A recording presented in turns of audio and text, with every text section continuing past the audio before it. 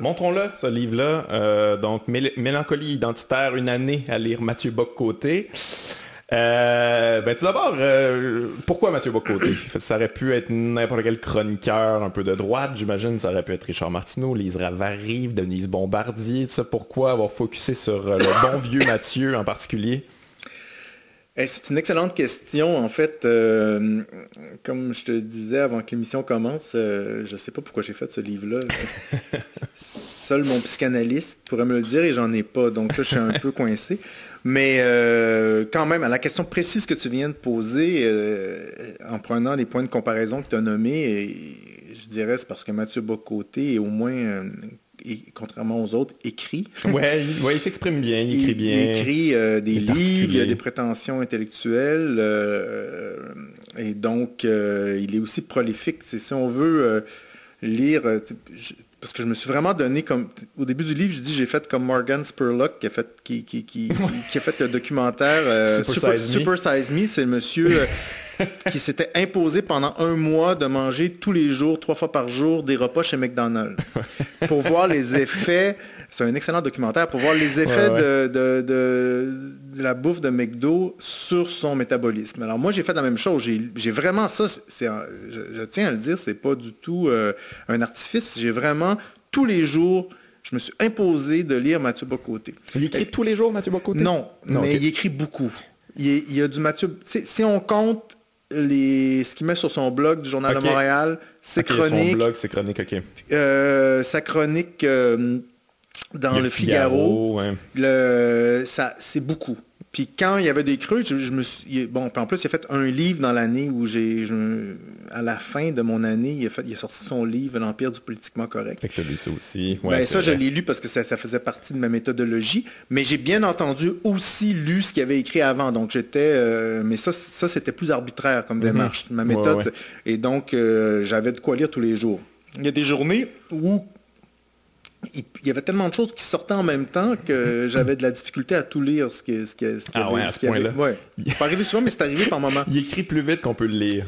Ben moi, j'ai eu ce sentiment-là à quelques reprises dans peut-être vous, mes pourfendeurs diront que je lis lentement ou que je suis un peu idiot, mais ça m'est arrivé à certains moments de dire waouh, là vraiment c'est too much. Mais c'est parce que j'ai des enfants, j'ai du travail, j'ai pas... On a des vies. Mais je commençais toujours mon matin, j'allais voir sur sa page Facebook parce qu'il met tout ça là, voir ce qu'il a fait. Puis là, j'allais... Très moderne, Mathieu. Ouais, Mathieu, écoute, il est dans contre la modernité. Mais c'est la modernité avec un point d'interrogation. C'est pour la modernité, mais pas avec un point d'exclamation, avec un point d'interrogation. Mathieu, c'est un point d'interrogation comme le Joker dans Batman. Et donc, c'est ça. J'ai lu ça pendant 1 an pour voir... et j'ai commencé ça un peu comme un jeu. T'amuser. Pour m'amuser. Mais je sais pas pourquoi. Le passage à l'acte, là, j'ai vraiment de la misère à expliquer. Je l'avais déjà lu, je l'ai même déjà défendu, je me suis déjà discuté avec du monde. Quand on lit comme ça à la va-vite, il y a des trucs il est irrité par des choses qui méritent, des fois. Mais je l'ai jamais croisé, je le connais pas. Mais là, c'est ça, je trouvais que le discours qu'il porte dans la place publique lui-même, mais qui n'est pas nécessairement un discours qui lui appartient à 100% en propre, c'est un discours qui circule dans l'espace public. Donc lui est un des... Tu as choisi un peu Mathieu Bock-Côté comme pour représenter ce discours-là à quelque part. Exactement, c'est ça. C'est ta porte d'entrée vers cet univers-là. Ouais. Exactement, je trouvais que c'est quelqu'un qui était le révélateur d'une sorte de pensée conservatrice, d'une sorte de pensée de la révolution conservatrice qui est en cours. Ouais. Puis là, je voulais... Parce que les mots qu'ils utilisent, ils sont utilisés par toutes sortes de personnes maintenant. Ils circulent. C'est vraiment effarant. Je te donnais un exemple qui m'a frappé pendant la dernière campagne électorale fédérale, quand Maxime Bernier avait fait des affiches électorales contre les immigrants, un peu...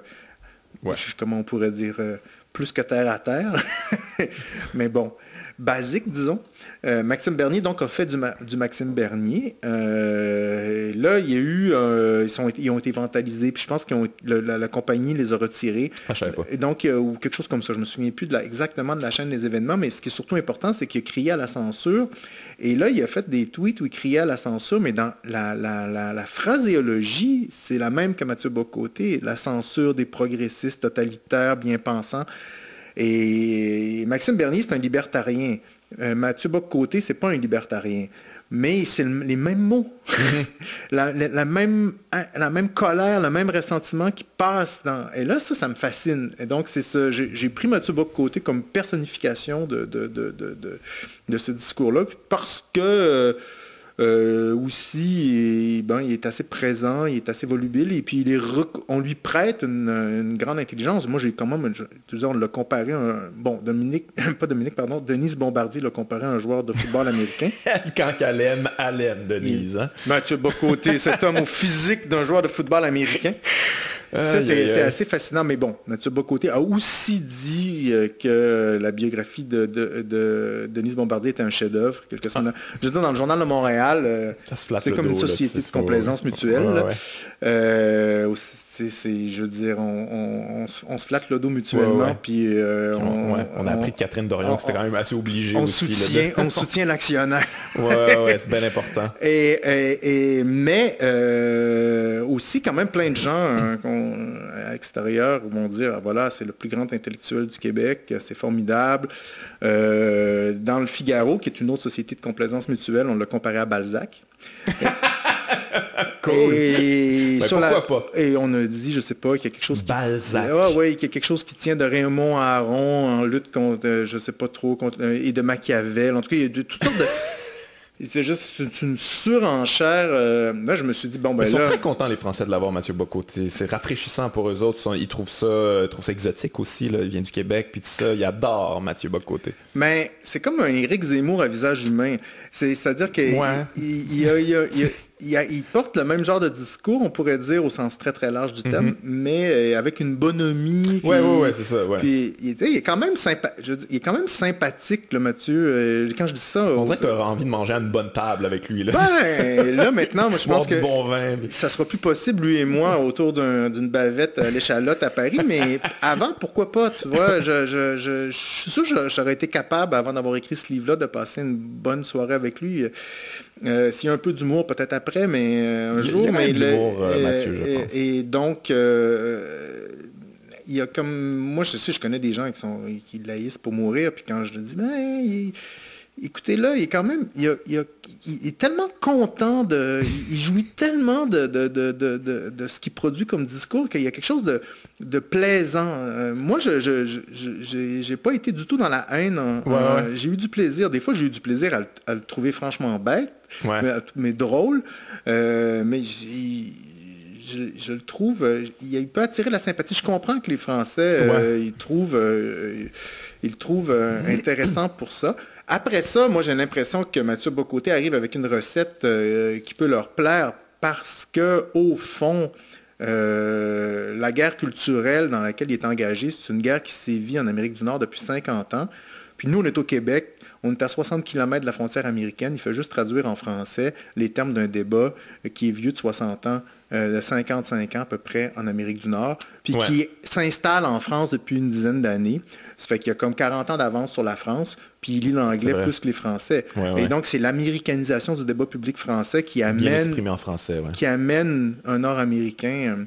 Là, ce qui est drôle dans ce jeu de projection-là, puis de miroir, c'est que Mathieu Bock-Côté a l'impression d'être un émule de De Gaulle puis de Raymond Aron, alors que moi, je trouve que c'est plus proche des auteurs américains des années 70, dont là, j'oublie le nom tout d'un coup, parce que je vous ai dit à toi, au caméraman, au début... un auteur des années 70. Non, je suis un Alzheimer des noms, mais Daniel Bell et compagnie, mais j'ai les émules de Léo Strauss. En tout cas, bref, ça va me revenir plus tard.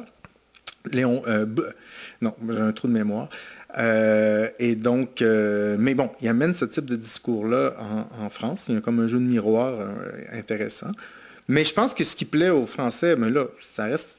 Ce qui plaît aux Français, c'est qu'il est moins crispé qu'Alain Finkielkraut, puis il est moins râpeux que Zemmour, dans son conservatisme. Puis il est moins... Il est moins... Il est différent, il est nouveau aussi. T'sais. Il est nouveau, puis il est jamais dans la... Tu sais, Zemmour est dans la haine. T'sais. Mathieu Bock-Côté, il exprime des choses qui, moi, m'inquiètent par moment, mais il est jamais... il arrive avec une certaine... Il y a de l'émotion aussi, Mathieu Bock-Côté. Il est plus émotif un peu. Je sais pas si tu as vu l'émission Interdit d'interdire, où il s'est coltaillé avec... Je me rappelle plus c'est qui, je me rappelle plus son nom. En fait, je connaissais pas avant d'écouter cette émission-là, mais... Il devient émotif tout d'un coup, puis il explose, il boue. Mais c'est ça, il y a un côté émotif, il y a de l'émotion. Ouais, il y a de l'émotion, il est habile, il fait attention à ce qu'il dit. C'est ça. Donc, mais toi, dans ta démarche, il y a quelque chose d'humoristique quand même. Là. Tu parles de Super Size Me, tu as gavé de Mathieu Bock-Côté, voir ce que ça va faire sur ton cerveau, puis tout ça. Puis le fait aussi de prendre Mathieu Bock-Côté, tu sais, tu savais que tu allais t'exposer aux critiques de tous ces chroniqueurs-là, j'imagine. Là. Oui, mais j'ai pas pensé à ça. C'est pas calculé. C'est vraiment... Est-ce qu'il y a un peu de... Tu sais, je sais que Alain Denois a fait la démarche de lire le Journal de Montréal, la même édition pendant un mois, jour après jour. Est-ce que tu t'es un peu inspiré de ça? Ou... Non, c'est vrai qu'Alain a fait ça. Ouais, peut-être inconsciemment, mais peut-être inconsciemment. C'est vraiment une question. Mais là, je trouve que c'est une bonne idée, là, tu sais. Parce que souvent, c'est ce qu'on nous reproche, mais ce qu'on nous reproche, l'espèce de la gauche, la vilaine le gauche, là. Mais ces chroniqueurs-là disent, ah ouais, vous critiquez, mais vous avez pas lu, tu sais, vous avez pas écouté. Souvent, quand tu dis juste Radio X, c'était l'affaire, c'est épouvantable. Comme ouais, tu l'écoutes pas tous les jours, puis. Mais quand tu fais l'exercice, c'est encore plus inquiétant que d'avoir juste les extraits, bien honnêtement. Mais c'est assez stupéfiant. Mais moi, tu sais, je savais que je serais pas d'accord avec lui. Mm-hmm. Puis je voulais pas écrire un livre d'analyse du discours de Mathieu Bock-Côté où là, je commencerais à me dire, il utilise le mot modernité dans 18 sens différents, quel sens il lui attribue, c'est quoi la figure de l'immigrant dans son discours, tout déconstruire puis faire une sorte de livre lourd. Moi, je voulais faire une chronique de ce qui arrive au Québec puis au monde contemporain. Mm-hmm. Puis là, c'est devenu ma méthode. J'ai décidé de prendre ça par le bout de ce conservatisme-là. Mais, et donc, évidemment, dans mon livre, donc j'ai pris la forme de la chronique. Ouais. Et qui est la forme de ses écrits quotidiens, hebdomadaires à Mathieu Bock-Côté. Et je l'ai suivi. Donc, on est dans les pages du Journal de Montréal avec lui, mais des fois, il vient à un moment donné dans le livre où Mathieu Bock-Côté est une sorte de tapisserie. C'est plus ça part de toi. Il y a quelque chose de gonzo un peu aussi, dans le travers. Là, c'est ça. C'est moi au milieu des pages du Journal de Montréal qui s'agite. Puis qui essaie de continuer à bien dormir. Mais et donc, c'est ça. Donc, j'ai voulu, à travers cette expérience-là, voir qu'est-ce que ça m'inspirait. Donc, forcément, dans mon livre, par moment, je parle pas de Mathieu Bock-Côté, mais je parle toujours des thèmes. Mm-hmm. Je quitte jamais le champ de ces thèmes. Donc, mon livre va porter sur la question de l'identité, la question de la transmission, l'héritage. Des fois, je les aborde à ma manière, dans le fond. Elle est là, ma critique. J'ai entendu une conversation entre un libraire et quelqu'un qui achetait mon livre que j'ai trouvé formidable, où le libraire dit, j'essaie de la citer de mémoire parce qu'elle est formidable textuellement, le libraire dit au client, il dit, ce livre-là, il est à son meilleur quand on quitte, quand l'auteur est à son meilleur, quand il s'éloigne de Mathieu Bock-Côté. Puis le client a répondu, c'est pareil pour le Québec. Yes. Ça résume mon livre. C'est excellent. Et donc, c'est un peu la démarche. Oui. En même temps, j'ai jamais voulu complètement le quitter parce que s'il faut s'en éloigner, il faut savoir de quoi on s'éloigne. Tu sais, j'ai pas juste voulu tourner le dos. Donc, je reste à essayer de réfléchir à ce que j'ai trouvé dans mes lectures. Et là, j'ai trouvé d'abord... parce que tu poses la question, mais qu'est-ce que tu as trouvé? Là, j'ai pas encore posé, mais vas-y, si tu attends d'y répondre. Quelles sont les idées de Mathieu Bock-Côté? J'ai eu une discussion avec un professeur d'université que je connais. Il m'a dit... c'est quand même le plus grand intellectuel de sa génération au Québec. Qui dit ça? Cette personne? Non, je veux pas le nommer. Non, c'est une blague. Mais là, j'ai été un peu déstabilisé parce que c'est quelqu'un que je trouve brillant. Et donc, j'ai dit, qu'est-ce que tu veux dire? Je trouve pas, moi. Et là, il me dit, ben oui, il dit, c'est quelqu'un qui fondamentalement travaille avec une matière qui est des opinions, qui met en mots par écrit pour défendre une cause militante qui est son conservatrice. Si on le prend comme ça, c'est effectivement une grande figure intellectuelle québécoise actuellement. Mais si on entend par l'intellectuel quelqu'un qui prend le temps de séparer les choses pour les relier dans un acte de pensée, c'est pas du tout un intellectuel. C'est vrai, parce que les écrits de Mathieu Bock-Côté sont... Puis là, ça, je suis bien placé pour le savoir, comme éditeur qui édite des livres de gauche, c'est des écrits militants. Ce sont juste des écrits militants d'une forme de conservatisme qui n'est pas si facile que ça à définir parce que là, il est difficile à mettre dans une case. Je te dirais que ça va. Il y a certains... On peut construire un Mathieu Bock-Côté avec ses propos d'extrême droite, mais on peut aussi en faire juste un gentil joueur de cymbales pour François Legault, qui n'est pas du tout un homme d'extrême droite. Plus et de donc, centre. Là, ce qui est une sorte de nationaliste conservateur, bon enfant, qui va se mettre les pieds, qui va se mettre les pieds dans les Monsieur Magou, oui, exact. Qu'on peut pas s'empêcher de trouver sympathique. C'est pas... Et donc... il ne rentre pas dans aucune case particulière. Donc, moi, ce que donc, c'est ça. Donc, c'est pas un penseur, c'est vraiment un militant. Et là, ce que moi, j'ai trouvé, c'est qu'à cet égard, il y avait quand même une grande confusion qui régnait intellectuelle dans ses écrits. Dans le journal, c'est assez... Ça va vite, puis il écrit souvent ça il écrit ça sur le coin d'une table, mais même dans ses livres. En tout cas, du moins ceux que je les ai pas tous lus, là, mais ceux que j'ai lus. Et ça s'aggrave avec le temps. Je trouve que ses premiers livres... oui, c'est ça, je me demandais quand même, parce que moi, je me rappelle à l'époque, il y a quand même, je sais pas, une dizaine d'années peut-être, le Mathieu Bock-Côté, c'était le gars de droite que la gauche aimait bien. Tu sais, c'était ils sont pas tous stupides à droite, il y a Mathieu Bock-Côté, puis il écrivait des longs textes dans son blog Journal de Montréal que personne ne lisait finalement, c'était beaucoup trop long, c'était des longues phrases qui se finissent plus, puis ça, on riait un peu de lui, mais on le trouvait pas dangereux. Puis là, à un moment donné, j'ai l'impression que Mathieu a compris comment écrire ce genre de textes-là, là, qui punch, qui font polémique, qui sont partagés, qui a compris comment faire du clickbait, comment faire la cote, puis comment s'exprimer en public d'une manière comme excitante. Là. Ouais. Ah ouais, non, mais il est vraiment... C'est développé. Il s'est développé. Non, il y a du talent.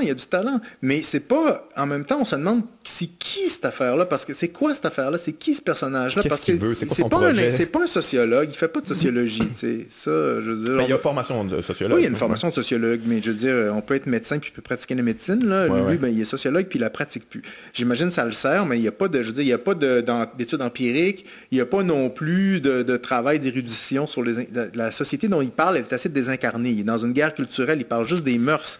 Je veux dire, même quand il parle de l'élite mondialisée, il trouve le moyen de parler de la mondialisation sans jamais parler de rien qui concerne la mondialisation. Il parle de comment les gens qui s'enrichissent avec la mondialisation mangent, baisent, se promènent, vivent, se représentent leurs enfants. Tu sais, mais là, je veux dire, on peut bien dépeindre les mœurs de l'aristocratie, mais ça ne fait pas une sociologie des aristocrates. Hein? Donc, c'est pas un sociologue, c'est pas un journaliste non plus. Lui-même le dit, je ne suis pas journaliste. Et là, mais il est toujours dans les médias. Il est toujours dans les médias. Je veux dire, il est invité à Tout le monde en parle pour analyser la campagne électorale. Il est à la télé de TVA en permanence pour analyser l'actualité. Il fait des chroniques d'opinion. Je veux dire, donc c'est quoi? Mais c'est pas un éditorialiste non plus. T'sais, à la presse, c'était clair. L'éditorialiste, c'était la voix du maître. Là, je sais pas c'est quoi, moi, cette pléthore, cette floraison-là de personnes qui ont des irritations. Des faiseurs d'opinion. Ouais, mais c'est quoi ça c'est quoi ce métier-là? C'est quoi son honneur? C'est quoi son code? C'est quoi ça? C'est des questions graves. Donc, lui, moi, j'ai décidé de dire, bon, ben comme c'est rien qui existe, il faut dire que c'est un communicateur. C'est le mot que j'ai utilisé. Il est comme pris, on est dans une société qui constamment poussait à relancer des chaînes de communication vides. On produit de l'information, c'est-à-dire, là vraiment le mot information, un mot, c'est neutre. Ça veut juste dire des datas qui circulent. Je veux dire, c'est n'importe quoi. C'est le coton ouaté d'une députée, mais puis l'instabilité du système financier, c'est des informations. C'est pas de la nouvelle. C'est du contenu. Du contenu, c'est ça. On a des machines, qui ont besoin de contenu désespérément. Ça fait que des pets en dessous du bras, c'est du contenu. Puis des articles de Mathieu Bock-Côté, c'est du contenu. Donc lui, il communique. Il est vraiment bon. C'est un métier. Moi, je veux dire, il répète à peu près toujours les 3-4 mêmes affaires. Et moi, je l'ai vu faire sa campagne de défense de son livre L'Empire du politiquement correct en France. Ça m'a fasciné. J'étais ébloui. Je ne serais pas capable. J'ai eu le même sentiment dans les années 2000 pendant une campagne électorale quand Jean Charest a passé 20 jours à répéter 20 fois par jour « Les Québécois ne veulent pas de référendum ». Je me suis dit, mais comment il fait ce gars-là pour se coucher le soir sans sentir que son âme a coulé par sa bouche et qu'il est mort en dedans, t'sais. Mais c'est la même chose avec Mathieu Bock-Côté. Il a passé genre 1 mois à la télévision à répéter les 4 mêmes affaires, avec des gens, des fois, en France, il y a eu quand même eu un peu des gens qui s'est coltaillé, avec une force de communication épatante. De la même manière qu'on peut dire Jean Charest est un communicateur hors pair, on va dire, moi je dis Mathieu Bock-Côté est un communicateur hors pair. Il est linéaire, malgré le fait que c'est assez... boursouflu, alambiqué, tarabiscoté, ce qu'il dit. Il réussit quand même à envoyer ces phrases linéaires. Mais là, si on les lit, ces phrases-là, puis qu'on se pose la question, c'est ce que j'ai fait un peu dans mon travail, on se dit, mais là, c'est confus, parce qu'on ne sait pas ce que ça veut dire vraiment. C'est quoi la nation pour Mathieu Bock-Côté? Il a écrit tout un livre sur le multiculturalisme qui s'appelle « La nouvelle religion politique », je ne me souviens plus du sous-titre, « La religion du multiculturalisme », où là, tout d'un coup, je veux dire, il n'y a pas...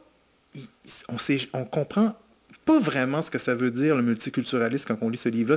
Il appelle ça la logique diversitaire, qui est un mot qui n'existe pas en français, qu'ils ont inventé, et qui, dans le fond, à chaque fois, on comprend sans comprendre. On voit à quoi ça réfère. Mais le multiculturalisme a un sens politique vraiment précis au Canada, dans l'histoire du Canada, avec l'histoire du néo-nationalisme des années 60-70. Ce sens-là, il est absent de son livre. Complètement absent de son livre. Mais quand il dit ça aujourd'hui, tu as les vieux péquistes là, qui se rappellent la guerre des Boers, puis là, ça les galvanise, parce qu'ils reconnaissent un signe, ils se disent, oui, Trudeau, il a mis ça dans sa maudite constitution, le Canada défend le multiculturalisme. Ça part pas de nulle part. Ça part pas de nulle part. Pour eux, ça a un sens, mais c'est pas dans son livre. Dans son livre, ce qui attaque, c'est la nouvelle gauche. Et la prolifération de l'individualisme postmoderne, où tout le monde, le socialisme des nous, que je dis quand je suis de mauvaise humeur, où tout c'est ça qui attaque, le fait que en abandonnant les luttes ouvrières ou classiques, ou peu importe, c'est son récit à lui, là, Mathieu, à partir de mai 68, la gauche s'est embarquée dans une guerre culturelle où elle a multiplié les types d'oppression puis de domination. Je connais ce discours-là, mais parce que lui, il s'en occupe des guerres ouvrières. De chaque catégorie sociale. Puis là, il dit ça, c'est la logique diversitaire, soutenue par les universitaires qui sont des faux intellectuels parce que c'est des militants de cette logique-là. Et cette logique-là s'impose à la société. C'est ça qu'il dit dans son livre. Il appelle ça, et nous appellerons ça le multiculturalisme. Mais là, j'ai dit... Là, tu es en train de me dire que le multiculturalisme est un avatar du marxisme. Le marxisme culturel. Porté par des études de Michel Foucault, foucaldiennes. Puis, c'est aussi le régime politique canadien. Ce qui voudrait dire que le régime politique canadien est un régime néo-marxiste, mais non. Et que c'est aussi une figure, dans le fond, c'est le terme générique pour tous les effets politiques de la forme, en sociologie, on dirait des formes postmodernes de la subjectivité, excusez-moi, c'est un peu compliqué, mais de la forme que prend l'individualisme libéral dans le monde contemporain. J'espère que je ne veux pas perdre tout le monde avec ça, mais c'est vraiment beaucoup de choses. Ça devient gros. Et en même temps, si toi, ça t'énerve que du monde dise à Lorraine Pintal que c'est une esclavagiste, ça va trop loin. On ne peut plus rien dire. Puis si toi, tu es nationaliste québécois, indépendantiste, puis que tu dis que le multiculturalisme, c'est une arme du fédéralisme, là, il va en fédérer du monde autour de ça. Là. Et ça marche. Les gens... Mais c'est pas lui qui a inventé ça, cette espèce de soupe-là que tu parles depuis tantôt. Aux États-Unis, Jordan Peterson, qui est un gros phénomène phénomène. Ça en parle de marxisme culturel, puis contre le féminisme de troisième vague, puis toute cette espèce de cette grosse patente-là, c'est lui qui a réussi à l'incarner un petit peu au Québec, mais c'est quelque chose que j'entends beaucoup sur les réseaux sociaux. Non, mais c'est une vieille... Moi, je suis pas un anticonservateur, soit dit en passant. J'ai beaucoup lu de conservateurs dans ma vie. J'en ai aimé, j'ai aimé des auteurs littéraires conservateurs. J'ai aimé penser avec le conservatisme. Puis je pense qu'un conservatisme intelligent peut être une contribution saine au débat intellectuel. Je ferme cette parenthèse. Je suis absolument d'accord. On en parlera un petit peu plus tard, mais j'aimerais bien avoir des figures intellectuelles. J'ai traduit un livre dans ma vie qui est d'un historien américain qui s'appelle Daniel Boorstin. Ça s'appelle Le triomphe de l'image, qui a été écrit en 1960. Et c'est un livre sur ce qu'appelle les pseudo-événements, ce qu'on appelle aujourd'hui les fake news, mais lui en 1960... Ah ouais, les pseudo-événements, j'aime ça. Il appelle ça des pseudo-événements, puis il étudie toute la logique, la société américaine, la logique des publicités, des marques de commerce, le développement des médias, en disant la société américaine est en train de perdre pied, elle perd tout sens de réalité. Tout ce que les gens découvrent aujourd'hui là, comme étant comme une surprise, puis une invention de Facebook, là, lui il écrit ça en 1961, puis il y a même le fax n'est même pas inventé, même pas la photocopieuse. Fait il voit que c'est une logique spirituelle profonde dans la société. Mais cet homme-là que j'ai traduit, parce que je trouvais que c'est un livre intéressant, c'est un archi-conservateur. Et il y a des textes de lui écrits, il était à l'Université de Chicago, il a vu la contre-culture rentrer dans les années 60 dans son université, mettre des stickers sur les profs, les portes de profs, faire des manifs contre le racisme hyper violent. Il a écrit un texte, un article qui s'appelle « Les nouveaux barbares » en parlant de ces gens-là, hyper violents, qui pourrait être signé par Mathieu Bock-Côté aujourd'hui. Il a fait un livre d'ironie qui s'appelle « La sociologie de Monsieur X » où il imagine un sociologue, c'est complètement ironique, où il imagine un sociologue qui essaie de réinventer une société parfaite en mettant chacun dans sa case, de manière purement égale, mais en les maintenant dans leurs différences raciales, sexuelles. Il écrit ça en 69. Je veux dire, ce débat-là, c'est vieux. C'est vieux que liable. Ça sent... Mais ça a de l'attraction. Mais ça a de l'attraction. Ça revient pour toutes sortes de raisons. Mais Mathieu Bock-Côté, lui, invente le grand récit, qu'il a juste eu ça depuis 50 ans. Puis que mais là, comme tu l'as dit, les luttes sociales, ils n'ont pas arrêté dans les années 70. Non, ben ça, il aime bien mais lui, il nous fait croire que. Alors que s'il n'avait pas tourné le dos à la Corporation des sociologues, il saurait que dans les années 70, c'est probablement la période de l'histoire occidentale des 200 dernières années où il y a eu le plus de grèves. Le programme du Parti québécois de 1973, là, ou de 1975 même, je suis pas sûr que Mathieu Bock-Côté, ça lui donnerait des frissons dans le bas du dos. Là. Il était quand même largement question de nationalisation.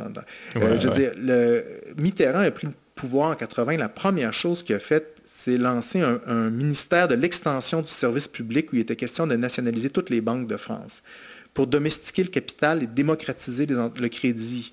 Beau projet. et là, je veux dire, tout ça, là, c'est complètement zappé. Ça n'existe plus.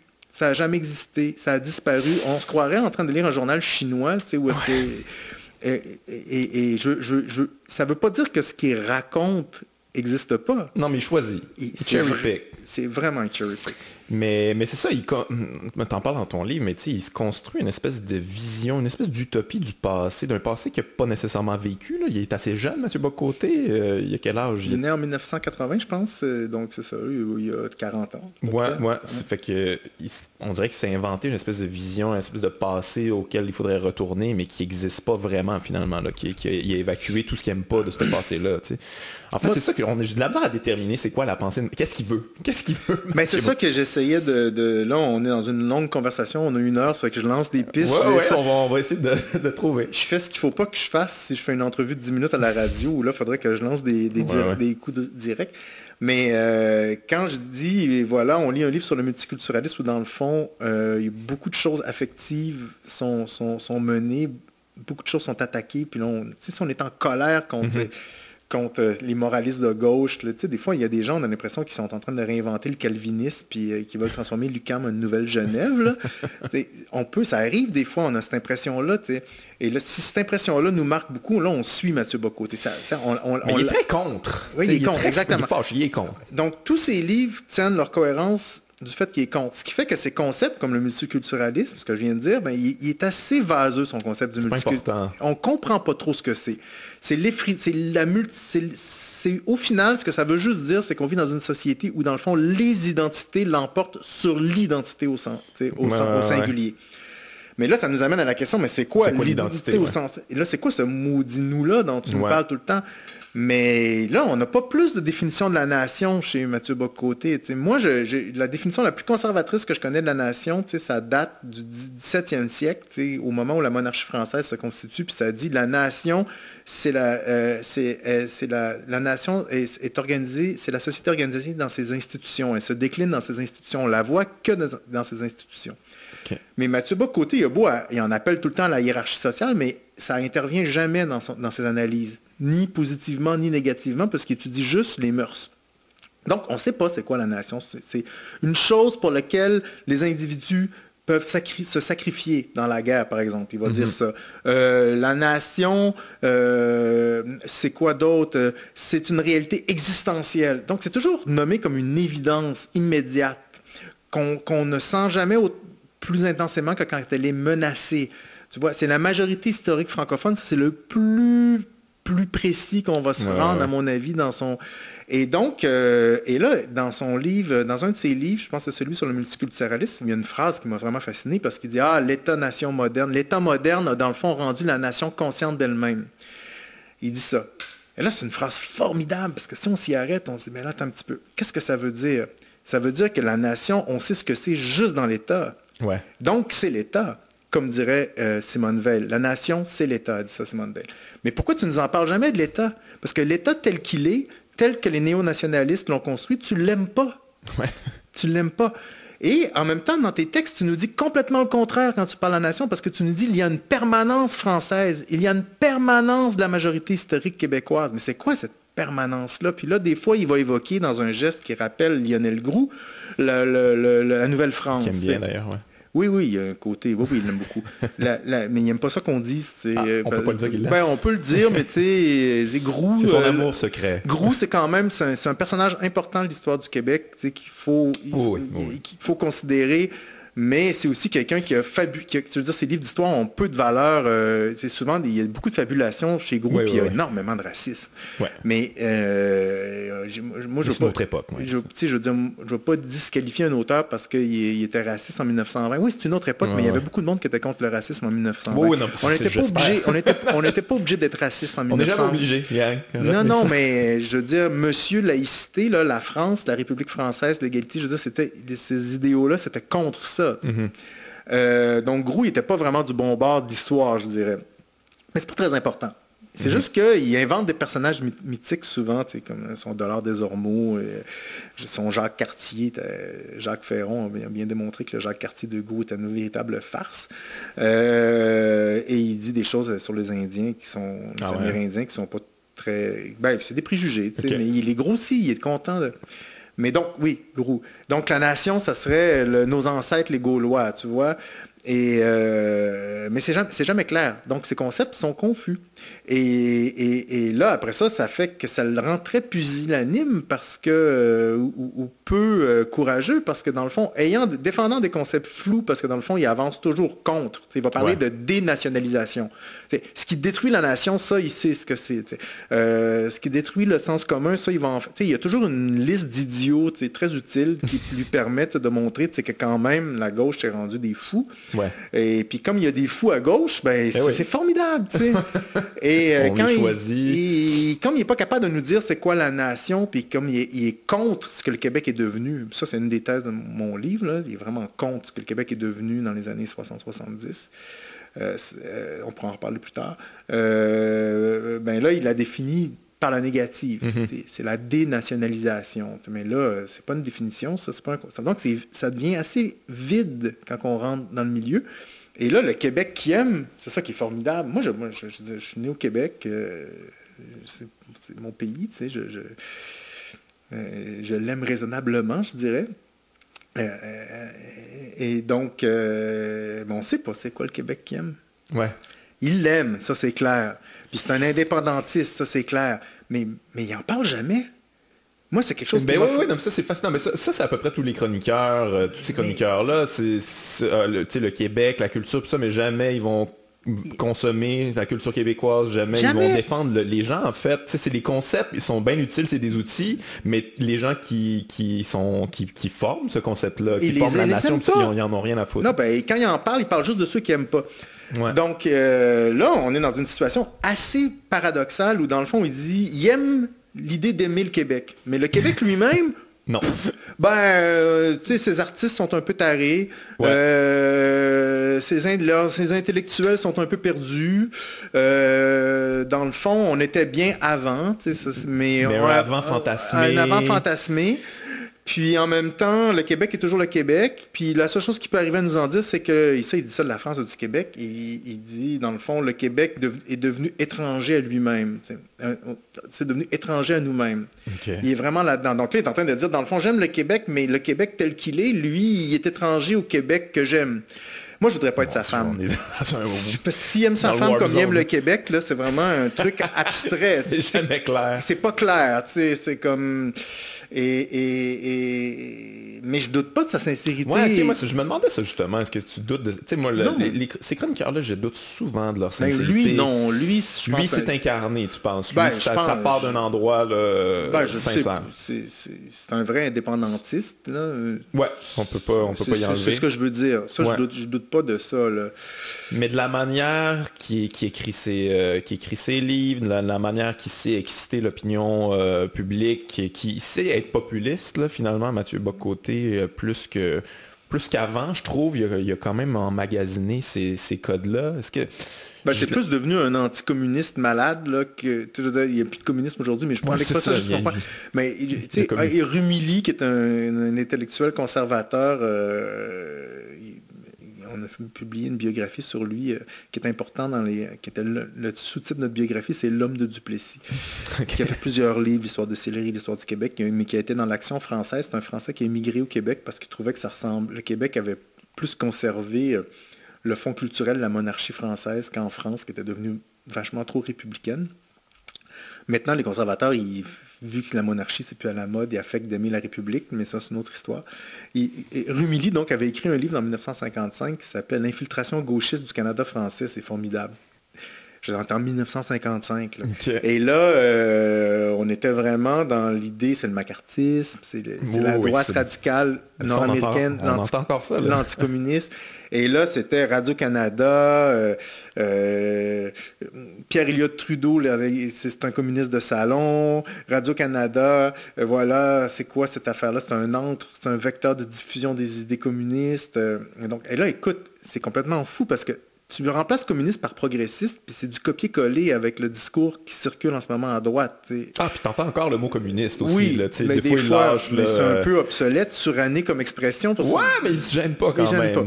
Et donc, Mathieu Bock-Côté est vraiment dans ce style-là. Moi, ça pour moi, c'est indéniable. Et ça a pris de plus en plus de place dans son discours. Mais c'est ça, j'ai l'impression qu'il a trouvé une niche. Il a fait ça pogne quand même. Ça c'est partagé. L'anti-politiquement correct, ça c'est politiquement correct. Ouais. Ce qui fait que tout le noyau qui était de ses premiers livres, qui était de réflexion, qui était sur la question du destin du nationalisme québécois, où là, il y avait quand même, j'étais vraiment pas d'accord avec lui, mais il y avait j'ai trouvé que dans ces livres-là, il y avait un argument qui était un début, il y avait des noyaux d'arguments rationnels structurés mais qui est quelque chose qui est plus près de lui, j'ai l'impression. Oui, mais ça, c'est complètement évacué. Ouais, il y avait comme une stratégie où il essayait de repenser la nation québécoise pour opérationnaliser politiquement le nationalisme dans un contexte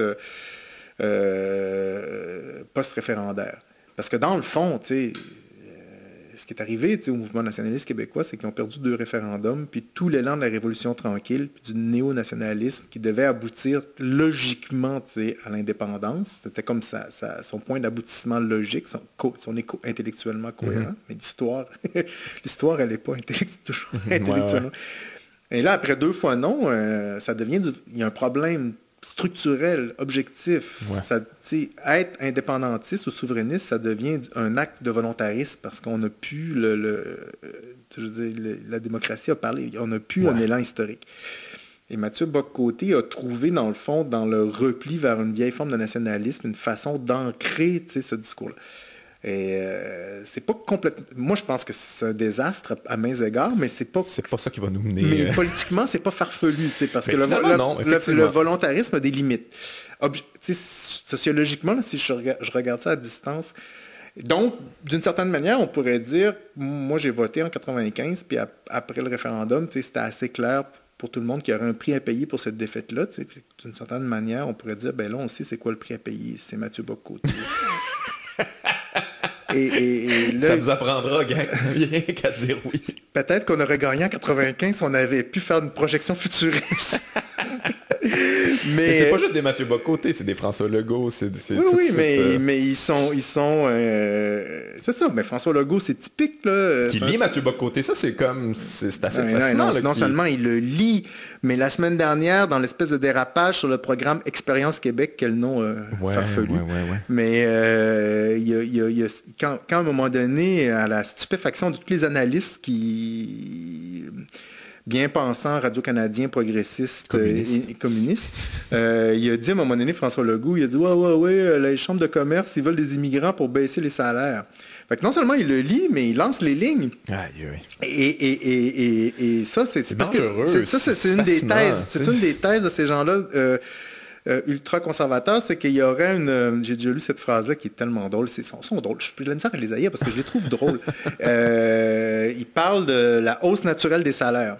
Ils disent l'immigration freine la hausse naturelle des salaires. Moi, je veux dire, la hausse naturelle des salaires est une catégorie sociologique formidable, mais qui, je veux dire, mais c'est une fable, ça n'existe pas, la hausse naturelle des salaires. En tout cas, il faut faire abstraction de beaucoup de choses pour penser qu'il y a une hausse naturelle des salaires. Et donc, c'est leur thèse. Et là, c'est Legault, quand il a sorti cette ligne-là, je me suis dit, c'est la ligne, c'est le même... Et donc, on voit qu'effectivement, cette agitation-là conservatrice qui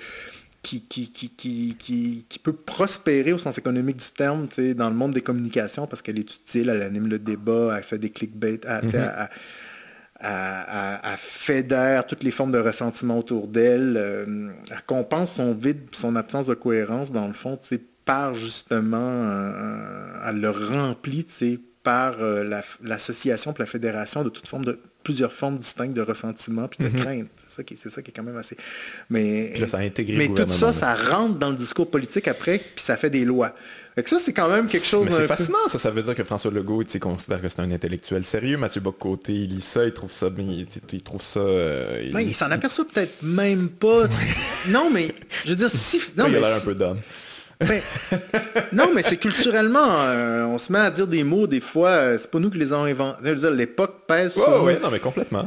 Puis, anyway, moi, personnellement, je trouve que François Legault, c'est quelqu'un de profondément populiste, puis il se reconnaît dans les populistes qui s'expriment probablement mieux que lui. Fait que j'imagine puis il est le reflet d'un sentiment qui est réel, là, c'est pas une construction.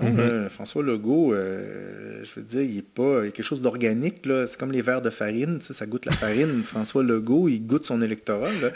Puis là, je le dis pas... C'est pas lui qui porte un mouvement, il est plus... Oui, et là... le résultat du mouvement. Mais là, ce qui est indécis, puis je le dis sans mépris, là, nécessairement pour son électorat, là, les gens vont dire, Marc Fortier est encore... comment il a dit ça, Christian Rioux, c'est sa morgue. Il est condescendant.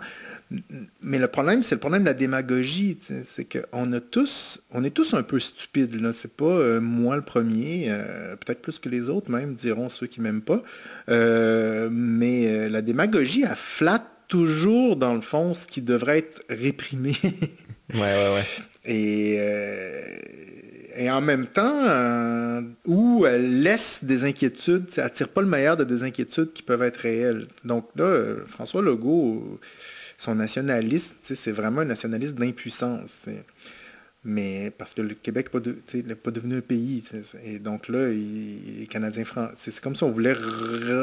on est comme dans un film de zombies, où on voudrait que le Canada français renaisse. Mais le problème, c'est que les Canadiens français, ça je le dis dans mon livre, puis j'y tiens, le Canada français s'est sacrifié lui-même dans les années 60-70. il n'est pas mort, assassiné. Là.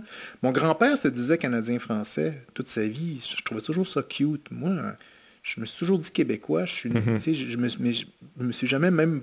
Plus tard, quand je me suis mis à lire du monde comme Fernand Dumont, je me suis posé la question pourquoi. Mais le pourquoi est venu après. Ouais. Pour moi, c'est quelque chose de clair. Et là, comment c'est arrivé, ça, cette affaire-là? Dans les années 60-70, mais c'est arrivé de 1000 manières différentes. Mais c'est arrivé parce que, ça c'est mon interprétation, disons la plus large, puis je trouve que la loi 101, c'est ça son sens, parce que le Canada français s'est sacrifié. Il a renoncé à la religion catholique qu'il avait contre les Anglais, toujours identifiés, qui étaient des protestants, des anglicans. Et Dieu sait qu'au 19e siècle, les Anglais eux-mêmes en Angleterre se sont construits leur identité nationale contre le catholicisme. C'est une histoire. Et ils ont sacrifié l'idée que la culture francophone pouvait se reproduire sur une base ethnique, sur le plan sociologique. Et là, je ne dis pas ethnique comme une insulte.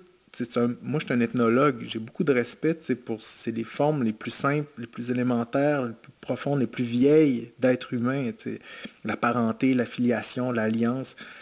Mais une reproduction purement culturelle de l'identité ethnique, ça passe par la famille. C'est-à-dire que pour devenir Canadien-Français, tu n'avais pas 1000 mailles. Il fallait que tu sortes de l'utérus d'une Canadienne-Française ou que tu maries un Canadien-Français ou que tu sois adopté un peu comme le survenant. Mais là, c'est compliqué dans Germaine Grévemont, le survenant. On ne sait pas trop s'il va rester ou pas. Mais tu peux... Comme les Iroquois pouvaient adopter des Hurons, des fois même ils kidnappaient, puis ils kidnappaient des Anglais, puis des bébés, puis ça devenait des Iroquois. Ça, c'est des modes culturels de reproduction, c'est des modes ethniques de reproduction de la culture. Et là, en 1960, on se dit, ça marche plus. Ça marche plus pour toutes sortes de raisons. L'Église qui se prend pour l'État parce qu'ils gèrent les hôpitaux, les écoles, puis ils font pas les routes, mais c'est à peine. Mais subventionnés par l'État parce que Duplessis construisait les hôpitaux pour les bonnes sœurs. Là, c'était plus les bonnes sœurs. Ça marche plus. Faut qu'on fasse comme Roosevelt. On n'a pas le choix. Ça nous prend un New Deal. On va appeler ça la Révolution tranquille. Là, le Canada français, je dis, c'est bien beau faire des bébés. 12 enfants par famille, là, mais c'est la revanche de berceau. Ça s'est pas passé dans un conventum. Là, je raconte une fable.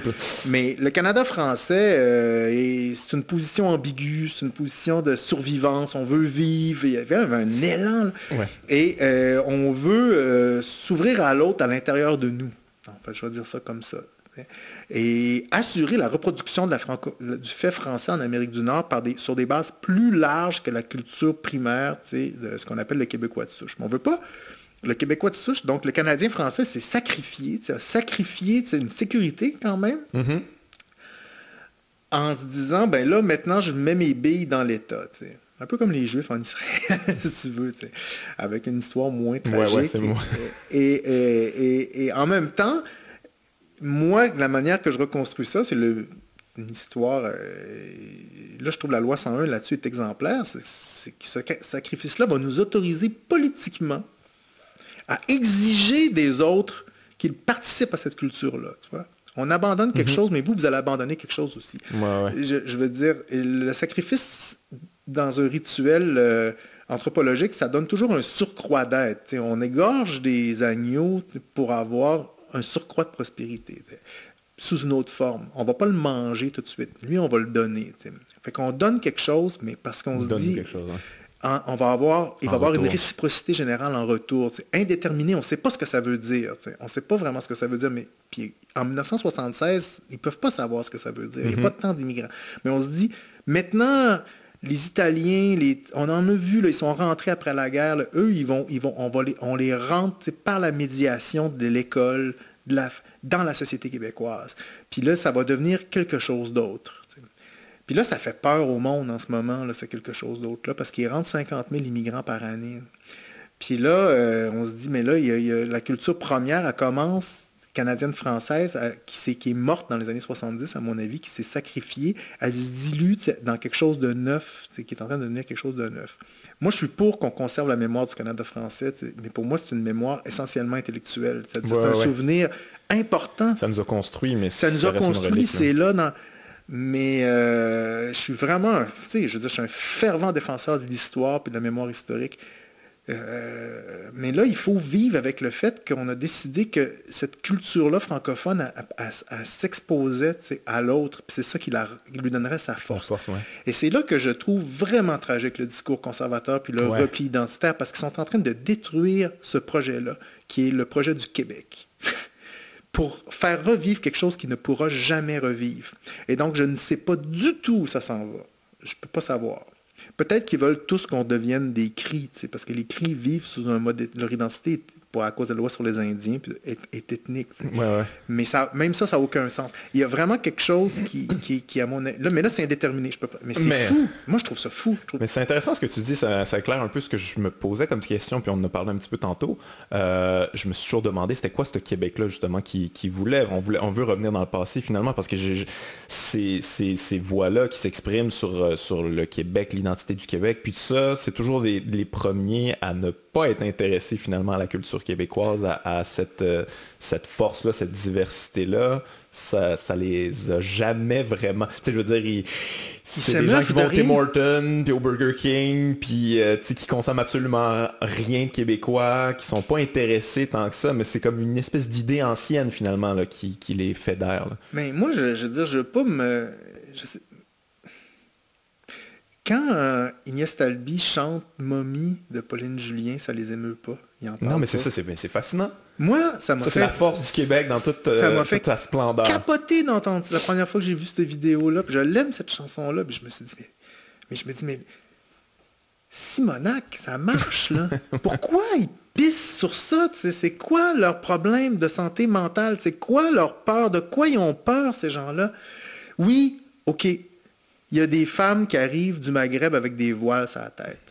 Moi, je ne suis pas un fan de ces choses-là. Je n'ai pas réfléchi des masses, mais si je reste au ras des pâquerettes, puis je suis honnête avec moi-même, puis que je dis la réaction que ça me fait sur le coup, souvent, il me rappelle ma grand-mère. Je sais pas, ça me rappelle des choses d'une époque plus traditionnaliste qui me plaît. C'est pas le monde que je défends. Mais il ne me dérange pas tant que ça. Puis quand elle s'occupe de mes enfants à l'école, je trouve pas qu'elle s'en occupe mal. Puis je trouve pas qu'elle les aime. Je me dis, mais là... mais eux, ils s'arrêtent à ça. Oui, mais ça, en même temps, on en parlait tantôt, c'est du cherry picking, parce que, je veux dire, toi, tu habites à Montréal, tu les croises, puis tout ça, mais c'est les gens qui sont les plus... Mais moi, mes enfants vont à l'école, je suis dans un quartier plein d'immigrants, là. Mes enfants, ils sont allés à l'école. Mon fils, la cour d'école primaire, il est au secondaire maintenant, mais la cour d'école primaire où il était, je veux dire, dans sa classe, des Québécois de souche, quand il était 3, là. Mais lui, il n'a jamais passé par la tête. Il s'en rend même pas compte. Il s'en rend pas compte. Tout le monde parle en français.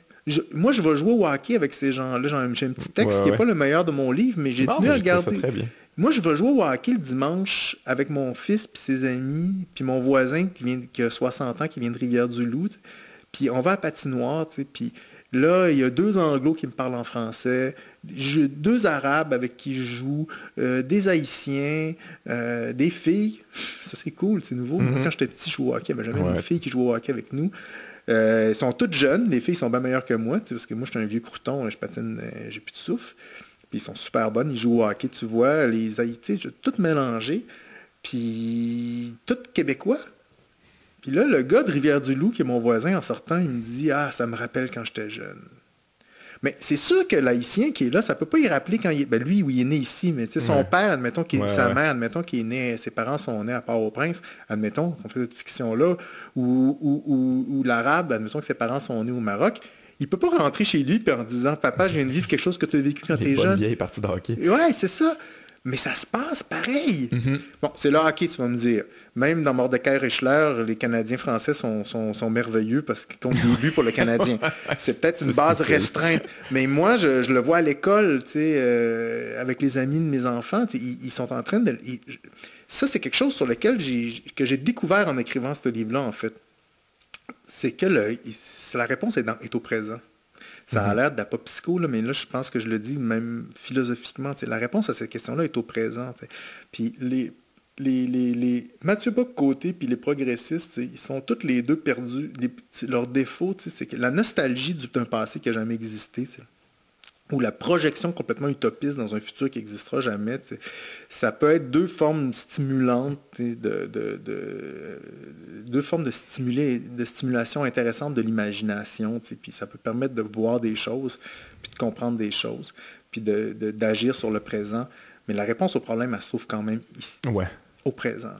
Puis moi, je vois pas le Québec disparaître dans le cours d'école de mon Mais c'est ça qui est important d'observer le présent, observer ce qui se passe carrément, parce que on parle de... je me demande ce que ça va faire à des Québécois qui sont nés ici, mais qui sont arabes là, ou quoi que ce soit. Qu'est-ce que ça va leur faire à eux autres de lire jour après jour dans des chroniques qui ne sont pas des Québécois, puis tout ça, ça me fait penser... l'événement qu'il y avait eu, là, un joueur de hockey noir là, qui s'était fait sortir de l'aréna, il se faisait crier des insultes racistes, puis ça c'est comme, le gars il parle français, il joue au sport national, c'est quand est-ce qu'il va devenir québécois, qu'il va être accepté pour qui est. Il chante Pauline Julien. Ouais, c'est ça. Non. Ils sont où les chanteurs? Hyper intéressés, plus que ben les Québécois de souche. Non, c'est pas... Fait que là, ça commence à devenir quelque chose d'un peu raciste, là, on va se le dire. Là. Ben, c'est... En tout cas, c'est xénophobe. Ouais, c'est xénophobe. Mais en même temps, moi, je voudrais pas... tout de suite, j'en ai des nuances. Mais je serais tenté aussi de lancer ces vannes-là, puis de se même... Non, mais c'est moi. Non, mais c'est parce que je pense que c'est vrai. C'est une réalité vraie. Ceci étant dit, on peut nuancer les choses, puis se dire, OK, l'immigration, c'est un sujet délicat. Oui. C'est délicat pour les immigrants d'abord. C'est un sujet mondial en ce moment-là. Ouais. C'est ça. C'est délicat pour les immigrants. C'est sensible pour les immigrants parce que ça ne doit pas être facile. Moi, j'ai vécu dans le cadre de mes études tout confortablement en Allemagne pendant 1 an, mais je vois que quand même partir de chez soi, c'est quelque chose de gris. Mais moi, c'était en même temps, il n'y avait aucune nécessité, aucune misère. J'étais un blanc universitaire. Quand je suis arrivé au bureau administratif, il a fallu que je me batte avec le fonctionnaire pour pas qu'il me donne un permis de travail. Je n'étais pas un Turc en train d'essayer d'immigrer en Allemagne. Non, c'est ça. Mais parce que j'avais des bourses, je voulais pas travailler, ils comprenaient pas. Mais oui, ça peut, vous êtes tout ça. Mais même une petite expérience toute confortable comme la mienne, je vois que c'est quand même... C'est pas facile. Tu pars d'un pays, même si c'est pour des raisons économiques, des fois, c'est des raisons violentes, mais même si c'est juste pour des raisons d'opportunité économique, c'est pas facile de partir du nord de l'Afrique pour aller au nord, en banlieue du pôle Nord. T'sais. Après ça, c'est pas facile pour la société d'accueil. Tantôt, j'ai raconté le projet du Québec comme je le vois, le néonationalisme, mais c'est un projet risqué. Parce que c'est un projet où il y a une violence quand même symbolique à absorber. Ça fait des frictions, c'est sûr. Quand j'écris sur l'hospitalité dans mon livre, je raconte des petites histoires sur l'hospitalité. J'essaie d'expliquer ça. Je dis le mot hospitalité, sa racine latine, c'est hostis, ça a donné aussi l'hostilité. Oui, c'est vrai. Ouais. Et donc, il y a une ambiguïté fondamentale qui est toujours présente dans l'hospitalité. L'hôte, qui est un mot que j'aime beaucoup parce que c'est autant la personne qui invite que la personne qui est invitée en français. On ne sait jamais trop de qui on parle. Mais elle montre qu'il y a une identité dans la différence, mais qu'en même temps, ce mot-là va donner 2 mots complètement différents. Hospitalité et hostilité. Il y a comme toujours une ambiguïté. Moi, je ne suis pas de ceux qui pensent que tout ça, c'est facile. Non, c'est sûr et certain. Que c'est une sorte de tare dégénérative, que peut-être un jour la médecine va guérir, que d'avoir peur des étrangers qui arrivent chez nous un peu. Ça dérange toujours un peu parce que c'est pas quelque chose... Après, c'est pour ça que ça prend... et donc, la question de l'immigration, ça a des conséquences. Selon moi. La question du nombre d'immigrants qu'on accueille peut être une question qui est politiquement légitime, selon moi. Donc, je refuse pas a priori toute discussion là-dessus au nom d'une grandeur d'âme ou qui dirait qu'à partir du moment où on dit qu'on met les droits de la personne au sommet de nos principes fondamentaux, dans le fond, l'humanité entière est canadienne, donc le Canada n'existe pas, ou l'humanité entière est virtuellement québécoise, donc le Québec n'existe pas, ni la France, ni le Maroc. Je suis pas dans cette école de pensée-là. Mais, parce que c'est délicat, autant pour la personne qui part que pour la société qui l'accueille, tu peux pas dire n'importe quoi là-dessus. On peut-tu pas s'inventer des problèmes non plus, là, tu sais? Quand ça fonctionne, on peut-tu le célébrer, puis... Moi, je me souviens d'avoir eu un professeur de sociologie, je me souviens plus c'était quoi le sujet de discussion, mais on discutait d'une chose, puis à un moment donné, je sais pas trop, on est arrivé sur une vérité sociologique, mais il avait dit, cette vérité-là, on peut pas la dire nécessairement n'importe quand, n'importe où, parce que c'est trop... ça crée... Ça va être mal compris, sur le coup. Alors, quand on prend la parole dans l'espace public, je pense que c'est Aristote, dans son livre sur la rhétorique, qui dit ça. Il dit, la parole, ça a une valeur, le discours a une valeur en soi, mais le lieu où on le dit a aussi une valeur en soi. Aristote, il est très... Ça donne rien... Ça, c'est mes exemples à moi, mais ça serait en gros, ça donne rien d'être... l'attitude qu'on emploie, varie, est déterminée par le contexte. Ça donne rien d'être courageux au marché Jean Talon.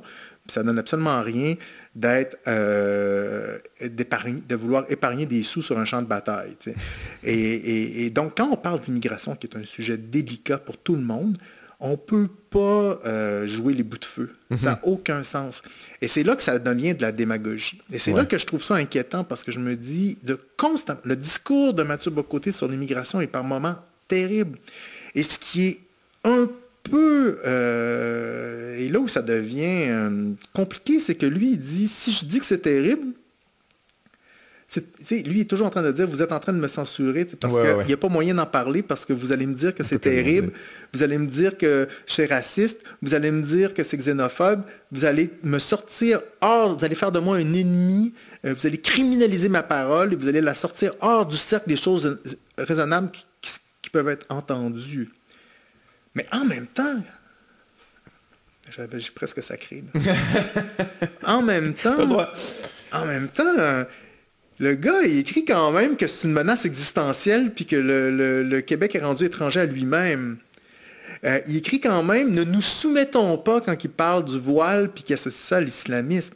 Je veux dire, c'est des mots, il dit quand même de ses adversaires, qui sont peut-être des fois dans le tender and loving care un peu exagéré, il dit quand même que c'est des bien-pensants totalitaires. Ouais. Je veux dire, écoute, bonhomme, là, écoute, tu peux pas... Moi, si je te crois que je suis menacé existentiellement par quelque chose, je sors mon fusil. Je suis désolé, là. Fait que ça marche ton discours juste parce qu'il faut pas prêter foi à tes mots. Il faut faire semblant que c'est pas ça que tu voulais dire. Ouais. Mais si je te prends au pied de la lettre, là... C'est épouvantable. C'est épouvantable. Mais ça, c'est une affaire, tu sais, comme tu en parlais tantôt, bon, les gens vont dire, ouais, non, tu sais, c'est condescendant, c'est méprisant, puis tout ça, mais hey, il se dit des affaires épouvantables. J'ai l'impression qu'on peut même plus, tu sais, dire comme, hey, ça, c'est inacceptable. On dirait que tu peux plus dire ça parce que justement, après ça, on va dire, ouais, c'est ça, c'est un sujet tabou, hein, ça te met mal à l'aise parce qu'il y a beaucoup de vérité là-dedans, puis t'es comme, non. C'est épouvantable, c'est dangereux. Moi, je trouve que là, il est un peu... c'est là que je trouve qu'il est un peu lâche. C'est parce qu'il dit des choses, puis après ça, il dit « je les ai pas dites ». Ça veut pas dire ce que j'ai dit. C'est pas parce que les gens d'extrême droite m'aiment que je suis d'extrême droite, mais ça, c'est vrai. Mais en même temps, Mathieu, j'ai envie de te dire, mon gars, si les gens qui t'haïssent considèrent que tu es d'extrême droite, puis que les gens qui t'aiment trop considèrent que tu es d'extrême droite, c'est peut-être parce que ton discours, il n'est pas encore tout à fait conforme à ce que tu penses. Ouais. Travaille-là un peu. Mais moi, la menace existentielle, une fois de temps en temps, je veux bien, là, mais ce discours existentialiste-là, je l'ai quand même juste lu dans les textes de la Révolution conservatrice dans ma vie. Et en même temps, ça existe une société. Ça peut être menacé. Mais le fait que systématiquement, dans son discours, la menace vienne de l'extérieur, ça a quand même quelque chose de troublant. C'est quand même quelque chose de... Mais en même temps, il reste... Par exemple, ça c'est drôle, je ne veux pas passer du coq à l'âne, mais on me reproche, là mon livre est sorti, puis on me reproche d'attaquer une personne, puis d'avoir personnifié le débat. Moi, j'ai goût de dire, ben non, regarde, moi, il y a quelqu'un qui parle dans l'espace public, les idées sont portées par des volontés, des subjectivités des personnes, moi je vais prendre la personne pour monter vers l'idée, mais lui, il est toujours dans un grand degré de généralité, ça fait qu'on ne sait jamais ce qu'il va pas... il dit c'est une menace existentielle, mais en même temps, il dit qu'il faut ramener les seuils d'immigration à 25 000. Il dit pas ouvrons, c'est pas dans la. Il dit pas mettons un mur, séparons les enfants des parents dans des prisons sur le bord de la frontière. Donc, entre les rares propositions concrètes, et sont vraiment très rares, qu'on trouve dans ses écrits. Que c'est basé sur quoi, on sait pas trop. On sait pas trop, mais en même temps, c'est pas... 25 000, ouais, comme ça. Ouais, c'est ça. Mais bon, là, je veux dire, c'est pas Franco, là. C'est une mesure administrative tout à fait discutable. Donc, Alors là, et c'est la même chose sur tous les thèmes. Il dit, il faut défendre les invariants anthropologiques. Un homme, c'est un homme, une femme, c'est une femme. Mais jamais il va dire, il faut abolir le mariage gay. Ça, on ne sait pas c'est quoi sa position. Ouais, puis il la dira pas. Mais il la dira pas. Mais c'est clair qu'en France, dans le cadre des débats où les intégristes catholiques sont vraiment mobilisés sur la question du mariage pour tous, c'est clair que, eux, ils entendent. T'sais. Ouais. Et après ça, il peut bien dire, mais je suis pas responsable de ce qu'ils vont entendre quand même. C'est pas moi, je suis juste la bouche qui a dit ces mots-là, je suis pas l'oreille qui les a entendus. C'est ça, il est vraiment, tu te dis, écoute, mon gars, au moins ceux dont tu es le descendant, comme Rumilly, il appelait un chat un chat. On savait c'est quoi qu'il voulait. T'sais. Mais toi, c'est toujours un peu... il va à Marie-Louise Arsenault, puis il se fait demander c'est quoi la logique diversitaire, puis là, il répond des trucs vaseux, puis il dit, mais regardez-vous autour de la table à la télévision, vous êtes, il y a Raed Hamoud, il y a un représentant de 3-4 ethnies, ben c'est ça, regardez, ici, il n'y a pas de conservateurs, là, c'est la preuve qu'on est censuré, notre discours est censuré, il n'y a aucun conservateur, vous voyez, mais vous avez le droit, bien entendu, mais fuck all, vous avez le droit, tu viens d'écrire un livre pour dire que c'était une manifestation d'un régime totalitaire en train de s'installer puis de détruire l'Occident, tu sais. Ouais. Fait que, tu te dis, OK, c'est quoi la vérité? Il est où? Fait que là, le discours, la bien-pensance totalitaire qui menace les fondements de la civilisation occidentale, c'est ces mots-là. C'est huge. C'est huge, mais là, après ça, ça accouche d'une montagne, qui accouche d'une souris qui consiste à dire « Je suis pour un débat public où le bien commun est un lieu vide qui se remplit dans la confrontation des idées. Pourquoi y a-t-il pas un Mathieu Bock-Côté à l'émission télé... » Fait que là, écoute, mon gars, il va falloir que tu te branches. Il faut décider, parce que tu peux pas être constamment en train de rouler des mécaniques, puis après ça, t'écraser. Mais c'est fascinant qu'il soit jamais inquiet de ceux qui l'écoutent. Parce que, tu sais, je veux dire, moi, si il y avait une grande majorité de néo-nazis à mes spectacles, je commençais à me poser des questions sur comment j'ai construit mon spectacle, puis ben, je pense pas qu'il y a des néo-nazis qui trippent sur Mathieu Bock-Côté. Non, c'est pas du tout ça le point, mais en fait, il a jamais l'air inquiet de cette montée de l'extrême droite. Je veux dire, Trump, ça l'énerve pas. La gauche, des petites affaires de gauche, des petites niaiseries de toilettes non-genrées. Ça, s'il est bien... Ça, c'est une catastrophe, mais la droite au pouvoir qui font des affaires épouvantables, ça, il n'en parle pas. Il n'y a pas de problème avec ça. Ça, c'est une autre chose qui est stupéfiante. Encore une fois, il joue sur tous les tableaux en même temps. C'est comme la musique déconstruite, je sais pas trop. Parce qu'il peut avoir une critique de la philosophie constructiviste sur laquelle tous ces discours-là de toilettes non genrées. On pourrait, moi j'ai un vieux fond réaliste, j'ai fait des études, en tout cas je pense pas qu'on peut parler de ça dans un podcast, mais bon, tu sais, j'ai lu Aristote, Hegel, j'étais assez conservateur dans le fond philosophique, métaphysiquement, je serais pour qu'on puisse... Donc, il peut avoir un lieu de débat, mais lui, il est dans la hargne. C'est des fous, c'est le délire. Ouais, puis il prend ça, puis il en fait une espèce de construction comme... Il dit que c'est des gens qui délirent, c'est le mot qu'il utilise. Moi, je veux dire, on peut être contre, par exemple, une philosophe comme Judith Butler, qui est hyper relativiste, constructiviste, peu importe. C'est très subjectiviste. Genre, la réalité, c'est une construction, admettons qu'on va vite. Il peut avoir un débat philosophique là-dessus, oui. Mais lui, tout de suite, ça glisse par « c'est du délire ». Donc, ces gens-là qui délirent, ses meilleurs ennemis, admettons qu'on dit qu'ils délirent, puis qu'on regarde sur quoi ils règnent, mais ils règnent sur quoi, ces gens-là? Ils règnent sur des toilettes, ils règnent sur des formulaires, formulaires du gouvernement, ils règnent sur le Conseil des arts, ils règnent sur... quoi d'autre? Ils règnent sur le code de la famille.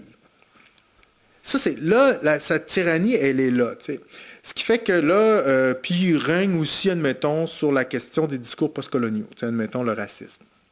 Mais là, au Québec, c'est un peu compliqué, parce que nous, on n'avait pas d'empire avant, ça fait que là, c'est un peu compliqué. Mais on pourra en reparler plus tard, par exemple, c'est un sujet intéressant. Et donc, il règne sur, c'est pas rien, la famille, c'est pas rien, c'est des... Mais là, en comparaison de ça, on se dit, qu'est-ce qui se passe dans le monde? Ben, il se passe Bolsonaro, il se passe Boris Johnson, mais Boris Johnson, les amis de Mathieu Bock-Côté disent que c'est un représentant des Lumières, du siècle des Lumières, c'est ça qu'ils disent. Lui, il se passe Donald Trump. Donald Trump, qu'est-ce qu'il dit? Mathieu Bock-Côté a une belle phrase. Il a dit, Donald Trump, je ne sens pas le besoin de l'applaudir, mais ni de le criminaliser. Ah, mais c'est quand même... c'est Écoute, très là, on il parle... sait qui le lit, c'est ça l'affaire. Là, on parle d'un pervers narcissique. Je veux dire objectivement, c'est un cas clinique de corruption. Là, on a l'impression d'être en train de lire des chapitres des pires moments de l'Empire romain, là, où est-ce que les chevaux étaient placés au Sénat, les empereurs, le poste d'empereur était vendu aux enchères, il y a eu des passes de même. Là, on est là-dedans, là. À un moment donné, il y a un empereur, c'est un sénateur richissime qui a acheté la pourpre, parce que la garde romaine a tué l'empereur, puis là, tout d'un coup, ils n'ont pas pensé à trouver un remplaçant, ça fait qu'ils vendent aux enchères pourpre. Ouais.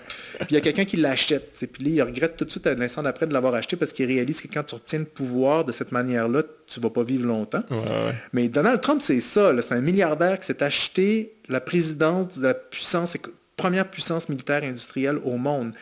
Je veux dire, il y a quelque chose d'effarant là-dedans. Il est stupide.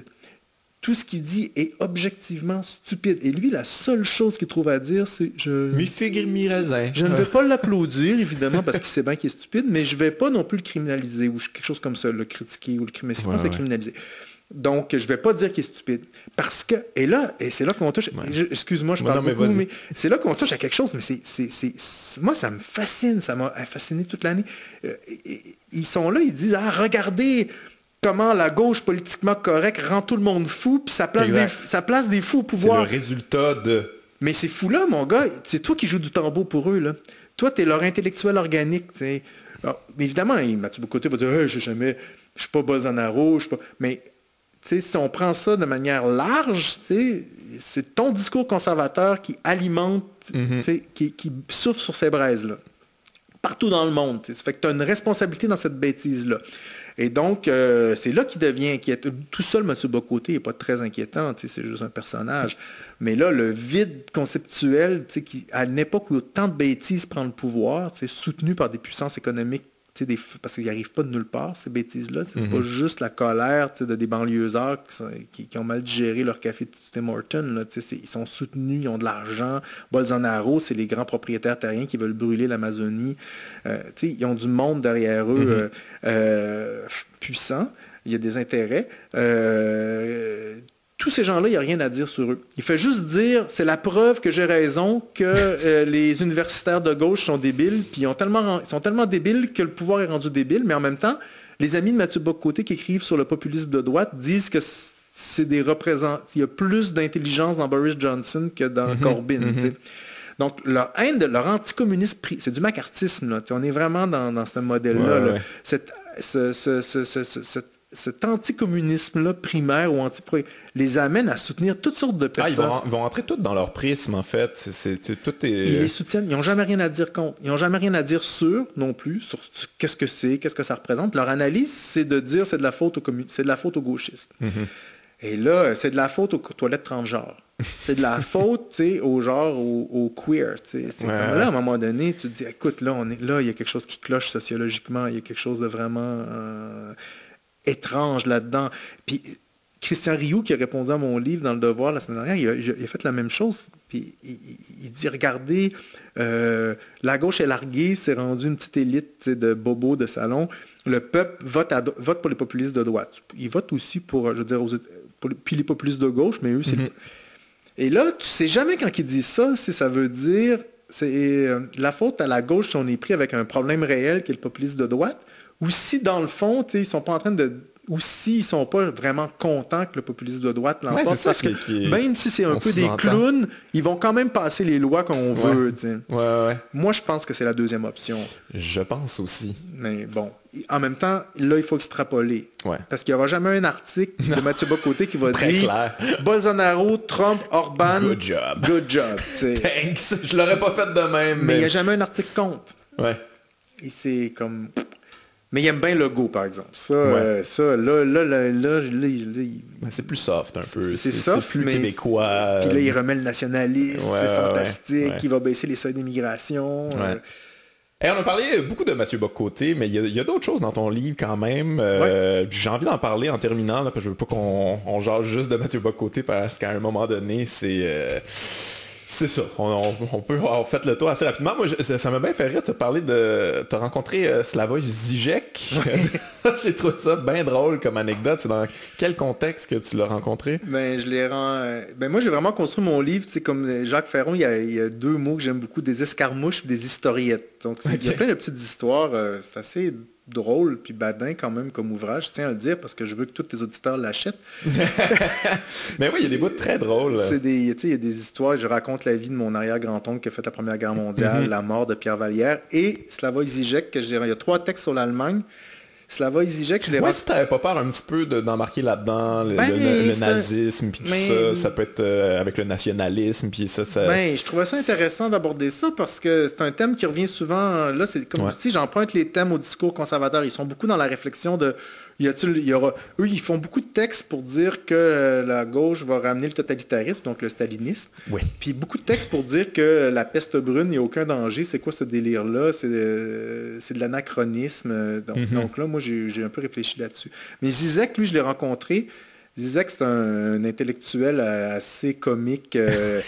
Très punché. Slovène, qui a vraiment le sens de la formule, qui renifle, qui est verbomoteur, mais qui écrit plein de livres sur Marx, sur Lacan, des sujets Hegel, des trucs assez complexes. Et moi, quand j'étais à l'université... Il écrit un livre de joke, j'ai ça d'ailleurs, il est très bizarre. Non, il écrit sur le cinéma, il est drôle, c'est un showman. Et moi, j'ai jamais vraiment lu, mais quand j'étais à l'université, je me souviens, il était vraiment à la mode à un moment donné. Avec des titres incroyables pour ses livres. Et là, je le rencontre au Salon du Livre de Francfort, parce que comme éditeur, il y a la grande foire. C'est le gros salon. C'est pas un salon ouvert au public, c'est un salon qui est juste pour les gens de l'industrie. Donc, il y a tous les imprimeurs, les éditeurs, il y a vraiment, c'est une foire, c'est gros, là, c'est 5 fois le Salon du Livre de Montréal, là, c'est vraiment gigantesque, c'est dans plein de pavillons. Et tous les éditeurs de la planète sont là. C'est vraiment fascinant. Aller vendre leur salade, puis tout ça. Tout. Et donc, on est dans une rencontre avec un éditeur allemand qui doit avoir édité les livres de Žižek. Puis on parle avec une des éditrices. Et là, il y a un autre éditeur qui est avec Žižek qui arrête puis qui nous le présente. Puis là, ce qu'il faut savoir, c'est que ces rencontres-là, on en fait beaucoup. C'est des rencontres commerciales, c'est des pitchs. Où on présente nos livres, puis eux nous présentent...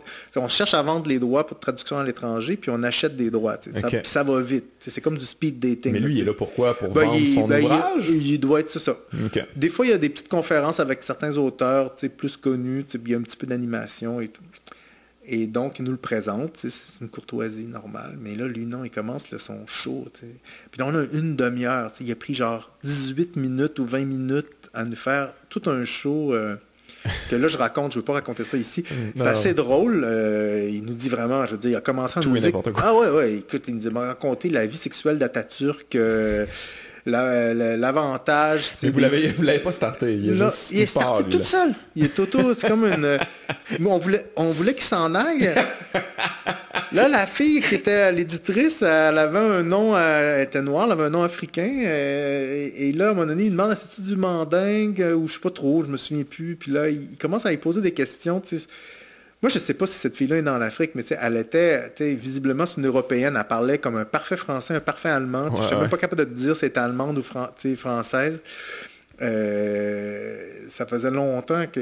Puis là, il s'est mis à parler des pénis des Africains. En tout cas, je veux dire, on est dans une tribu de Noirs en Brésil. On a eu le droit vraiment à tout. Ça fait que là, j'ai fait un texte assez comique sur lui qui raconte tout ça, mais en même temps qu'il développe, c'est un peu ma manière.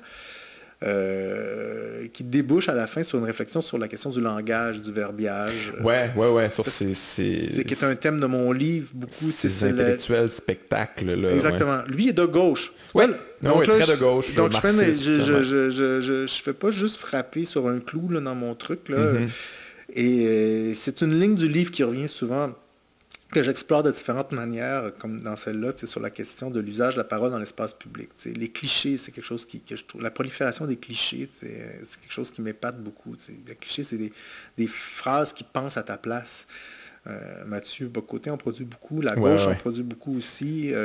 Forcément, le débat public en produit beaucoup, mais des fois, on a l'impression qu'on est rendu... à ta place, puis t'es comme content, t'es comme, oh mon Dieu, je viens de penser ça moi-même, mais non. Tu colles un affect, tu colles une émotion là-dessus, puis là, tu pars avec ça. T'as tout ce qu'il te faut là-dedans. Mais tu sais, à un moment donné, t'as l'impression qu'on est dans la chambre de hockey du Canadien après le match, puis tout le monde répond toujours la même affaire, là, parce qu'ils se font toujours poser la même question. Puis, mais ça peut marcher. Moi, j'écoute Ron Fournier. C'est la même divertissement. C'est la même conversation depuis 10 ans, mais...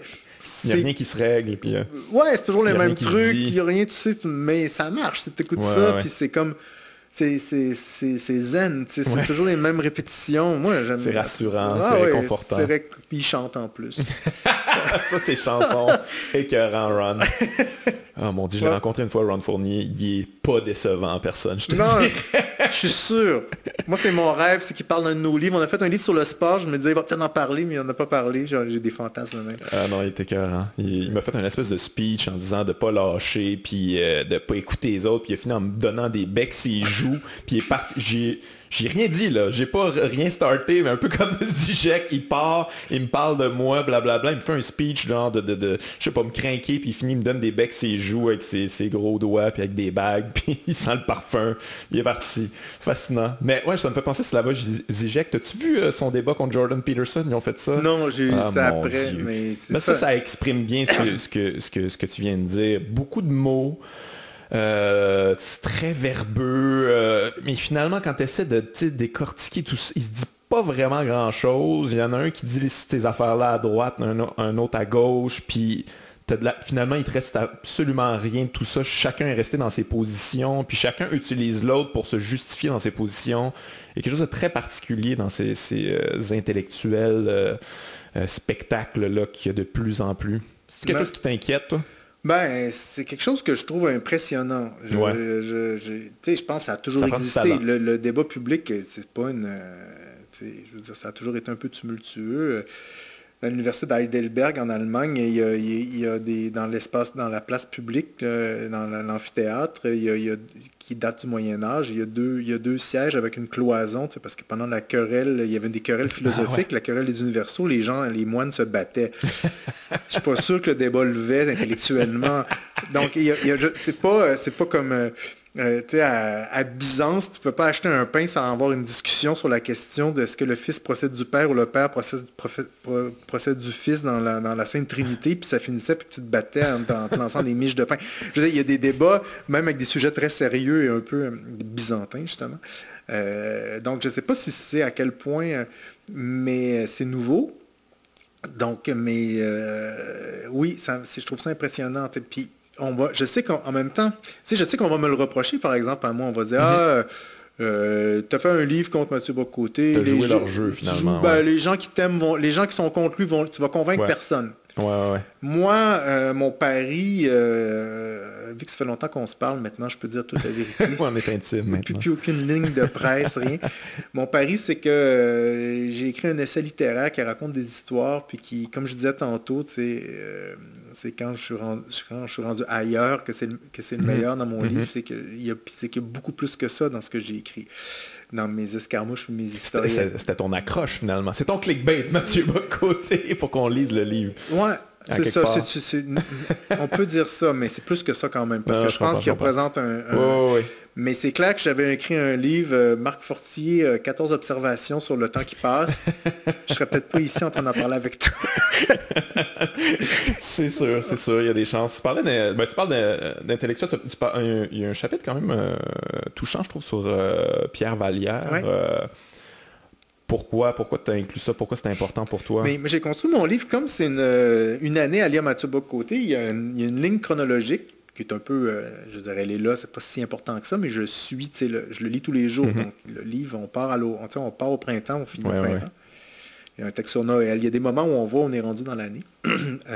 Comme j'ai fait mon grand texte sur mon oncle qui a fait la Première Guerre mondiale, c'était au mois de novembre, le 100e anniversaire de l'armistice. Il y avait comme Pierre Vallière, lui, c'était le 50e anniversaire de la publication de Nègre blanc d'Amérique, le 20e anniversaire de son décès. Donc là, je me suis dit, tiens, c'est comme ça que j'ai eu l'idée de mettre ce texte-là dans cette série-là. Mathieu Bock-Côté n'a pas parlé de Pierre Vallière. Non, je sais. Par ailleurs, il y a une ligne sur Mathieu Bock-Côté dans ce texte-là, puis ça livre un peu le secret de peut-être mon intention, puis de ma façon de procéder dans le livre. C'est que c'est un livre sur la gauche radicale au Québec. lui, Mathieu Bock-Côté, il en parle toujours comme d'une abstraction. Mais j'ai dit, moi, je vais vous parler de Pierre Vallière et d'un de ses amis qui est un curé qui s'appelle Jean Ménard, que j'ai rencontré qui lui a fait, il a passé toute sa vie en Amérique latine à se battre avec les gens qui étaient engagés dans ce qu'on appelait à l'époque, encore aujourd'hui, la théologie de la libération. Ouais. Et donc, c'est un portrait de croisé de ces deux personnes-là, et c'est les derniers jours de Pierre Vallière. Moi, je l'ai connu, Pierre. Ouais. Je l'ai connu au cégep parce que, par l'entremise d'un ami qui avait des troubles de santé mentale. Puis Pierre Vallière avait formé dans les années 80 une sorte de groupe d'échange de lecture puis de thérapie avec des gens qui avaient des problèmes de santé mentale. Et Frédéric, mon ami, l'avait connu dans ce contexte-là, puis il nous l'a présenté au cégep. Puis j'ai suivi un peu Pierre Vallière à cette époque-là, surtout pour l'écriture. Il était dans des journaux, on écrivait. Moi, c'est vraiment l'essayiste qui m'intéressait. Donc, je l'ai connu pendant les 10 dernières années de sa vie. Et je raconte sa dernière expérience militante quand il était allé en Yougoslavie. Je raconte la fin de sa vie, puis en même temps, je raconte un peu sa jeunesse. Puis j'essaie de montrer, ce faisant, que cette gauche radicale-là, c'est pas juste des idéologues qui brassent du vent. C'est aussi des gens qui, souvent tout croche, les expériences de Pierre Vallière, c'est plutôt des échecs. Ouais. Mais sont portés vers les autres. Et les expériences de Jean Ménard ne sont pas des échecs, qui est un vieux curé né à Valleyfield, plutôt de gauche, ouvrier, d'une famille d'ouvriers. Là, dans tout ce grand discours-là, qui parle jamais d'économie, qui parle jamais de social, qui laisse tout ça de côté, on oublie, on voit juste des 3-4 idées abstraites, puis on oublie cet engagement réel-là des gens. Même quelqu'un comme Pierre Vallière, qui était plutôt un intellectuel, il a fait des journaux, il a essayé il est allé à Sarajevo pendant le blocus. C'était complètement délirant. Là. Je pense qu'il n'a pas dû aider grand monde, mais quand même, il y avait vraiment... Ils brassent, depuis tantôt, c'est ça qu'on dit, les néoconservateurs-là, qu'est-ce qu'ils font, qu'est-ce qu'ils apportent à la culture, qu'est-ce qu'ils apportent... Les idées sont importantes quand elles sont ancrées dans les gens qui puis moi, je dis, ces gens-là ont fait quelque chose, essayaient, je dis pas que les gens de droite font rien, là. Il y en a beaucoup qui font beaucoup de choses, notamment pour le service au capital, mais il y en a d'autres qui font des choses culturellement aussi, mais aujourd'hui, je trouve qu'ils servent beaucoup la bêtise. Mais non, je voulais montrer ça, je voulais dire, regardez, cette gauche radicale-là, c'est pas juste des toilettes transgenres, là, tu sais, c'est... Être impliqué, ouais. Ben, les toilettes transgenres, c'est une façon de s'impliquer, je veux pas dire ça non plus, mais elle a... Et dans le fond, c'est un texte où il y a une phrase que j'aime beaucoup, où je dis, dans le fond, les excès de la bonté sont moins à craindre que les excès du ressentiment. Très belle phrase, ouais. Et je pense que... Il y a des excès de la bonté, puis la gauche, des fois, elle est excessive dans cette direction-là, puis elle commet des gaffes, des erreurs de jugement, puis des erreurs intellectuelles graves, puis elle pose des gestes bêtes, mais à tout prendre, s'il faut choisir une erreur, je pense que je vais prendre cette erreur-là. Je pense aussi.